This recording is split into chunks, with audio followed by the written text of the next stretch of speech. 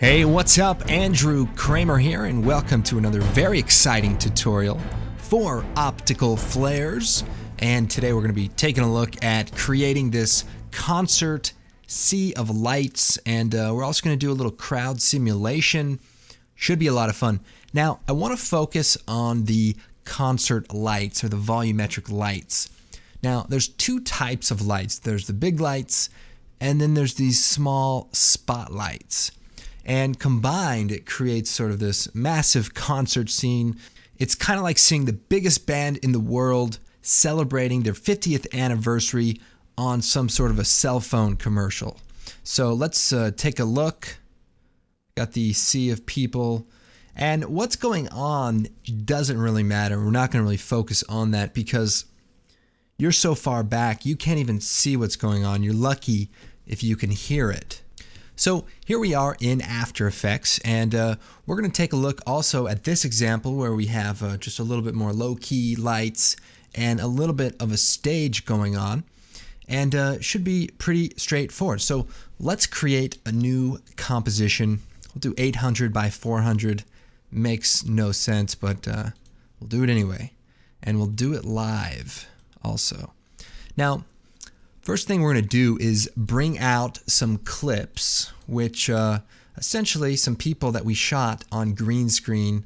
I don't know that you'd ever see people like this at a real concert, but here they are, and that's what we have to deal with.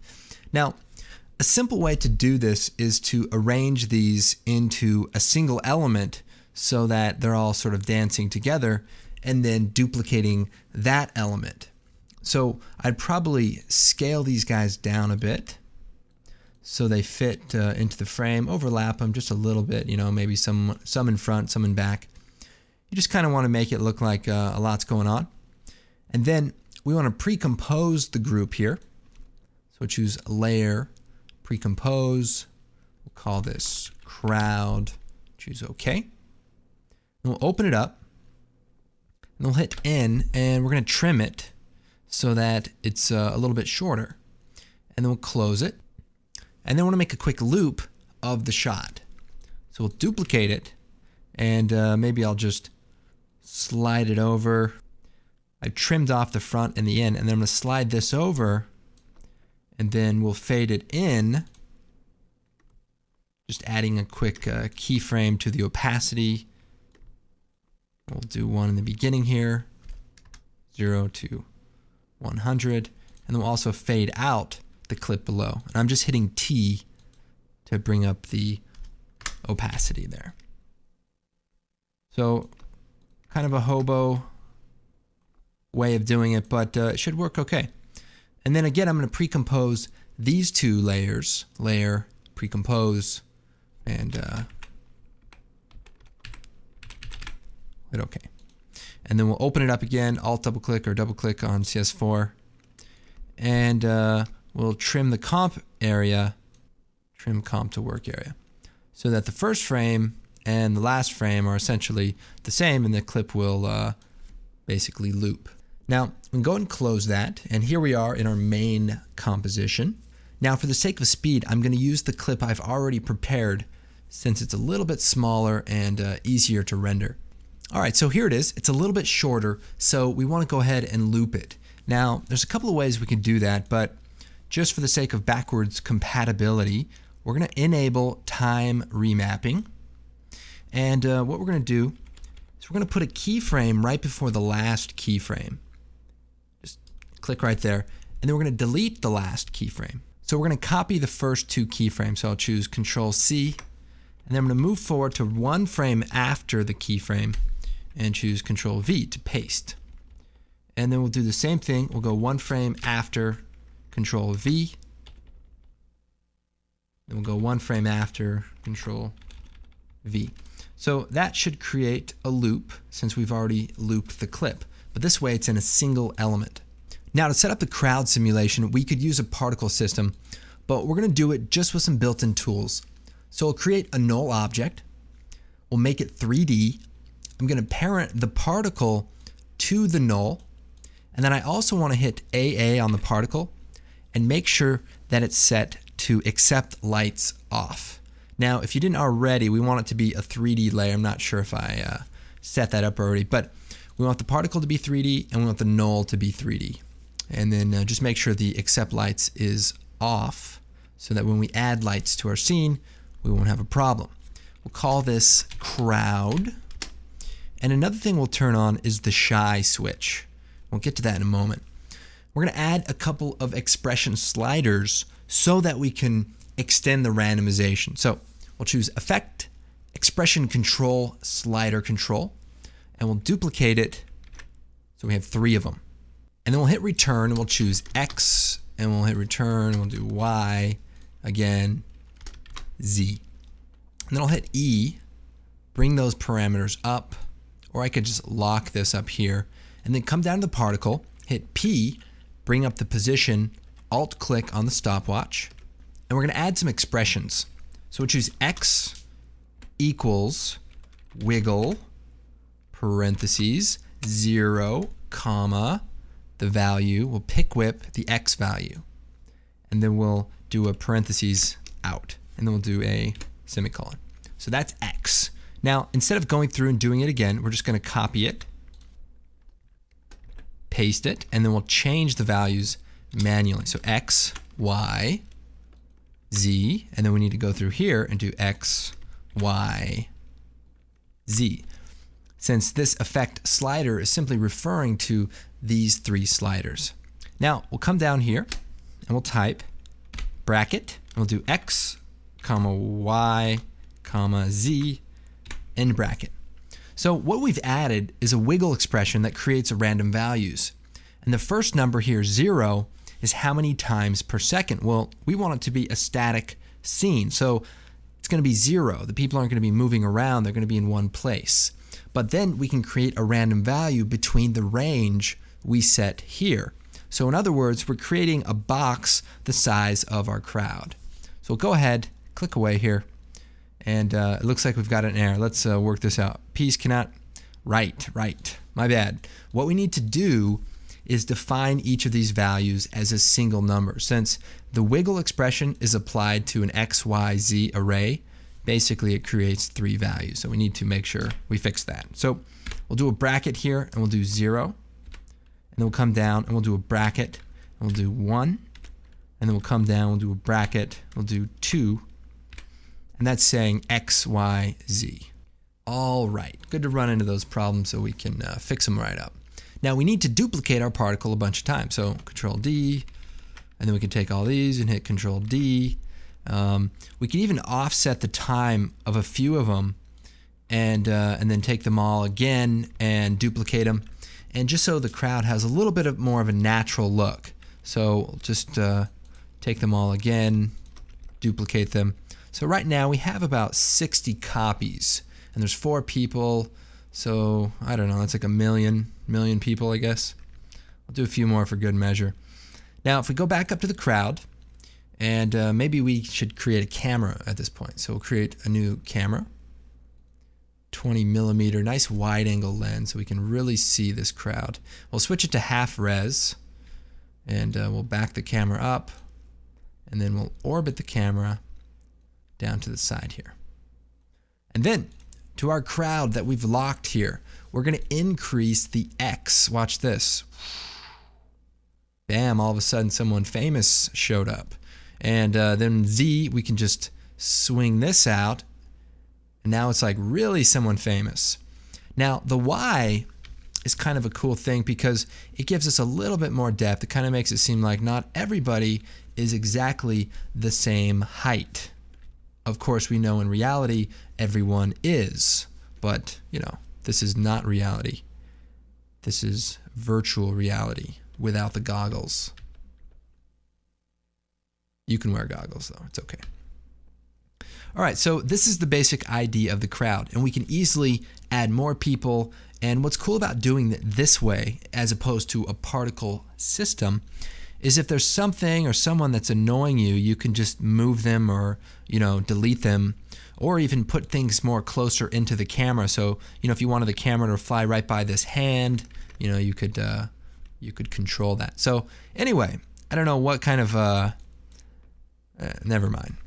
Okay, so we've got the crowd, and what I want to do is turn on the shy switch here. And in fact, before I do that, I want to shut all the layers off for a moment. So we'll just hit this little eye switch, click it, and then we'll turn on this shy switch and hide all the layers. So bam, it's like we have a fresh comp so we can prepare our glorious stage. Okay, so we've got our effects control locked, so we'll unlock that, come over to the project, and I want to bring out our stage element, which is just this quick render of some boxes in a 3D program. And we'll bring it out. They'll be the front of our stage. And then we have some trusses, which are sort of these things that you see in all those stage scenes. Also a 3D render that is available with all the download files so that you can play around and use it as you would like. Now, I want to go ahead and extract these three pieces into separate elements. So I'm going to take the rectangle tool. We'll go ahead and draw a shape there.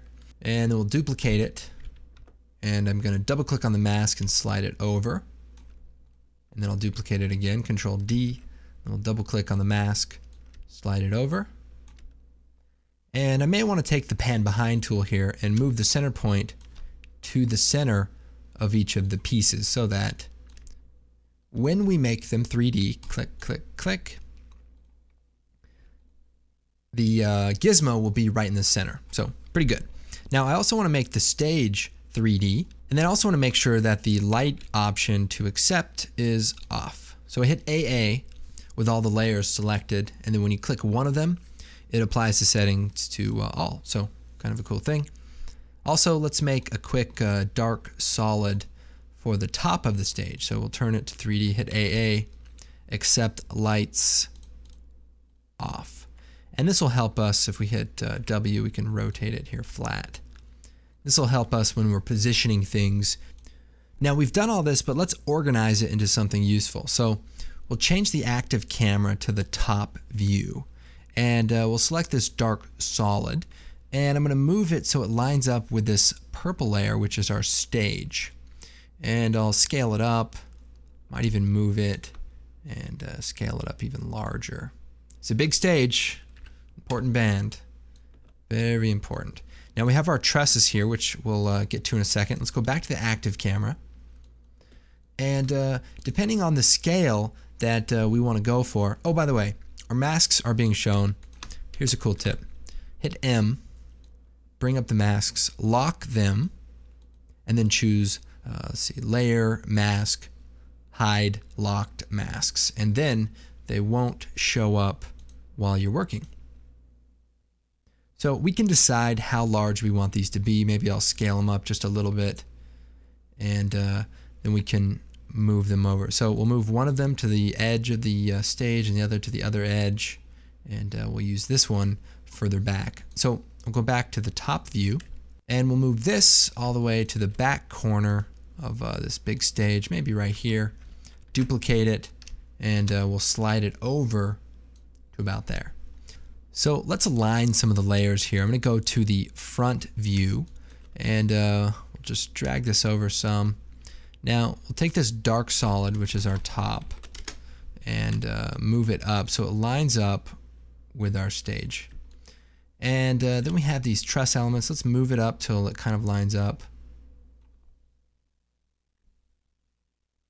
Come over here. Let's see, we'll slide this over.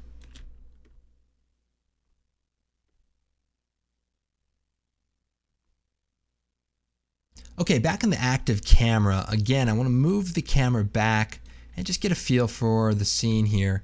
We've got our stage, we've got our trusses. Maybe I'll scale them up. Hit S and just scale them up a bit and slide them up again. And then I want to duplicate them, so Control D, and we'll move them up so that they basically stack on top of each other. Now I also want to make a crossbar, so we'll duplicate one of them, and we'll go ahead and rotate it. And we'll line it up here. We'll just line it up with the edge, duplicate it again, slide it over, duplicate it again, and you know, try to get it to match up as best as possible. Now, again, we'll take these 3 copies and we'll duplicate them and push them into the back area. So Control D, and we can go to the top view to line these up. So we're just going to slide them over till they line up with the back layers. And you can, go through and try to get it to be perfect, but this is looking pretty good. Now, if we go to the active top view actually, and select our camera, set the anchor point to be the center of the stage, and that way it'll be a little bit easier to orbit around the scenes. Okay, so we've got this great looking stage. Now we need to add some lights and I don't know, maybe move this down a little bit. I don't know why that doesn't line up, but somebody's getting fired. So I want to add some lights. And by the way, you could really take this to the next level and create some, light pictures, but there's going to be so much brightness going on, I don't even think you'll notice. But what we need to do is create some lights. So we'll make a point light, and we'll start the name of the light with A. And we'll hit OK. And then we need to start positioning these lights on the truss. So if we go back to the top view, we can move this light right in line. Now, I see what's going on. Looks like our 3 layers aren't quite lined up in the front. So let's see if we can fix that. So probably take these, push them over a little bit.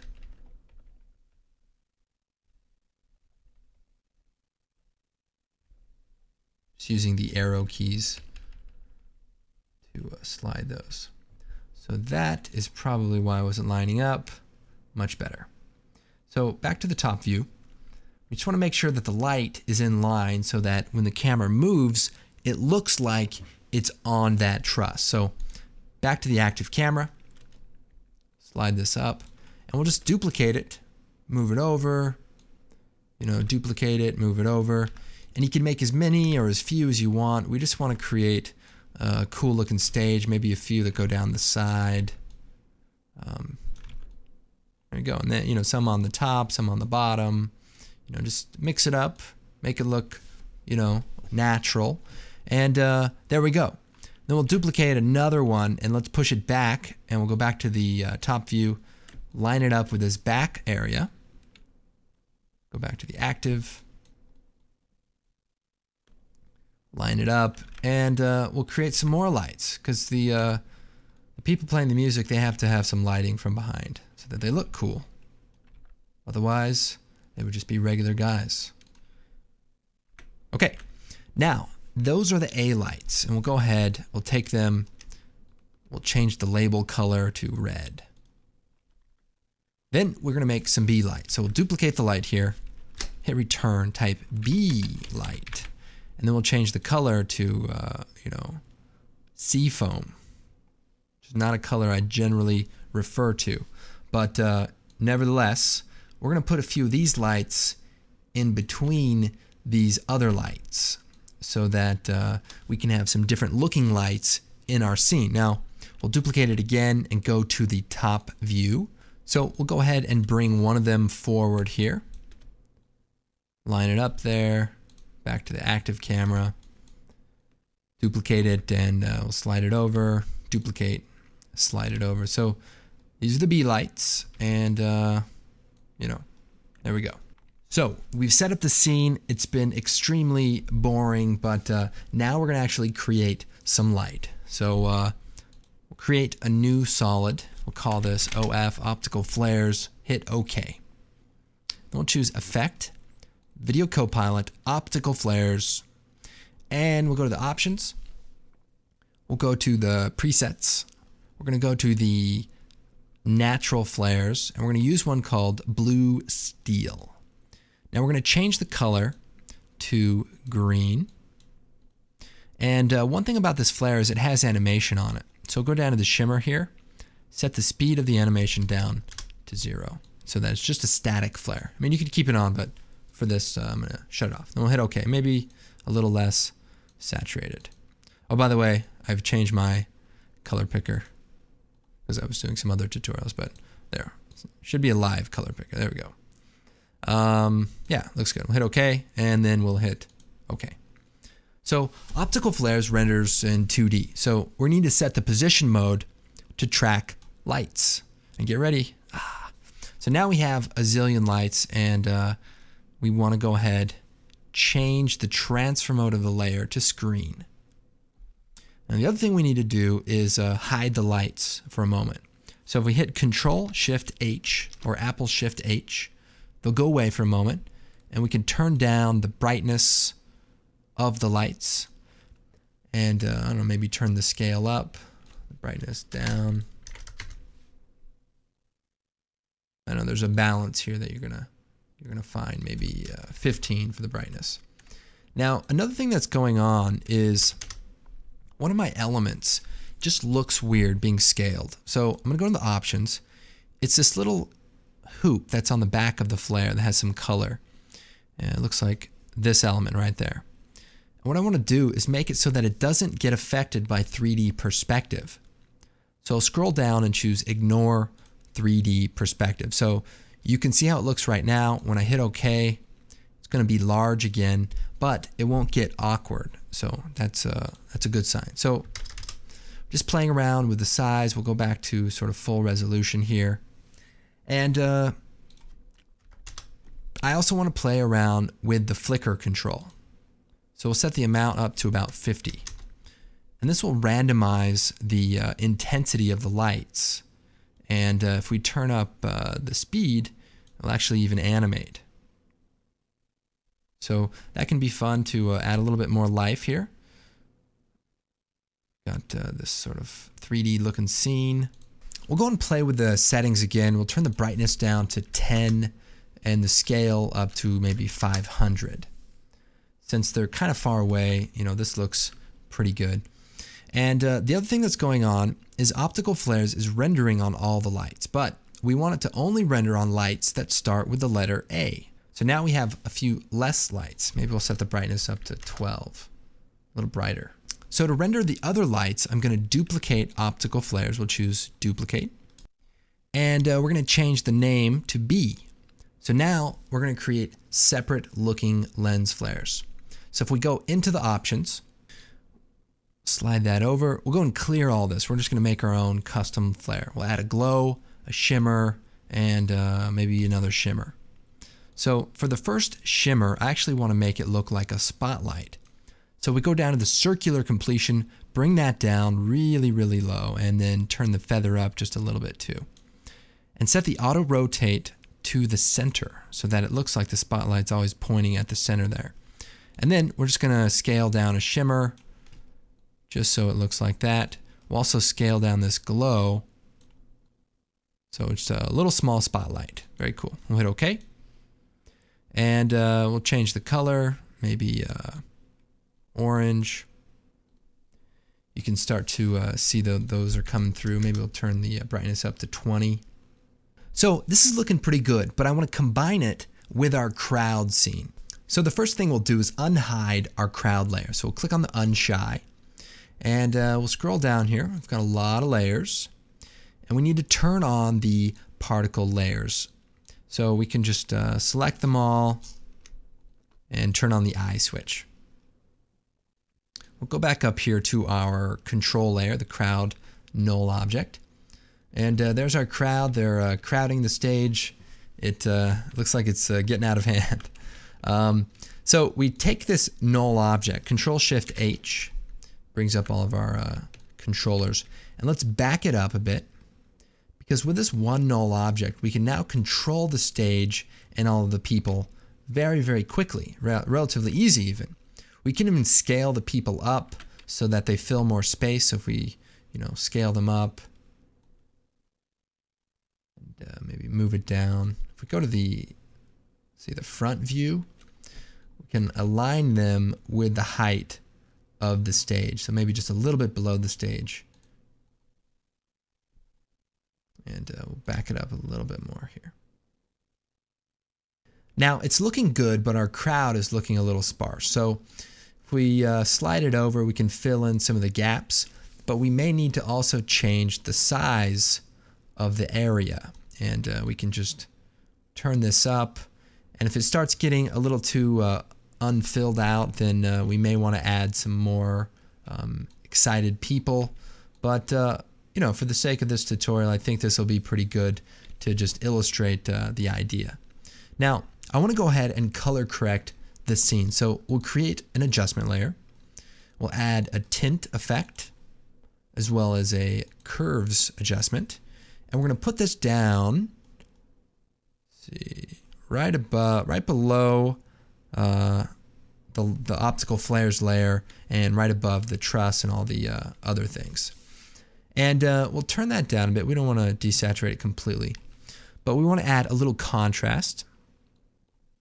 And we also kind of want to match the color of the light. So we'll bring the red out of it, and we'll turn the green in a bit. Maybe lower the blue also. So this is just looking a little bit better to blend with the lights in our scene. But we also want to add another adjustment layer with a ellipse mask. And again, we'll choose color correction curves, and we'll bring this down some. Now I want to set it to subtract, and then I want to add some feathering.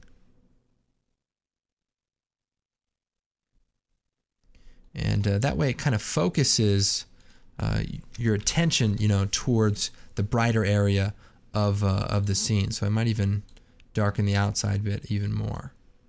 Since the people further away, they don't get enjoy as much of the light. Now, at this point, we want to play around with the optical flares. So maybe want to make them brighter, and you know, we can even start adding some lights in other parts of the scene and possibly even brightening other lights. So maybe taking one of these top lights, hitting T and turning up the intensity just to kind of have an area that the light is focused. And then we can start duplicating lights and moving them sort of into maybe what you might call phantom locations.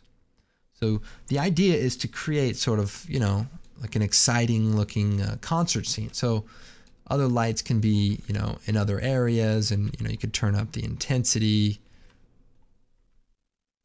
I mean, this was a happening concert, you know, there's not just lights, you know, right there. And also, if you change the light color, AA, if we change the light color to, you know, something else, that flare is going to render with that color. So you can really start creating, you know, a dynamic scene by going through and changing the colors of the flares and just giving it, you know, a unique look. And then, you know, you just be going back and tweaking the brightness as you go until you get a nice even looking scene. Okay, so this is just the basic idea. Now, for those orange spotlights with the optical flares, one of the things that you can do is change the position of the center. So if we click on that and bring the center position down, you can actually see that the spotlights are now pointed down towards the stage because they're pointed towards that center spot. So you can kind of cheat where the lights are. Maybe we'll turn them up, make them a little brighter. You know, that just adds a little bit more of a dynamic feel.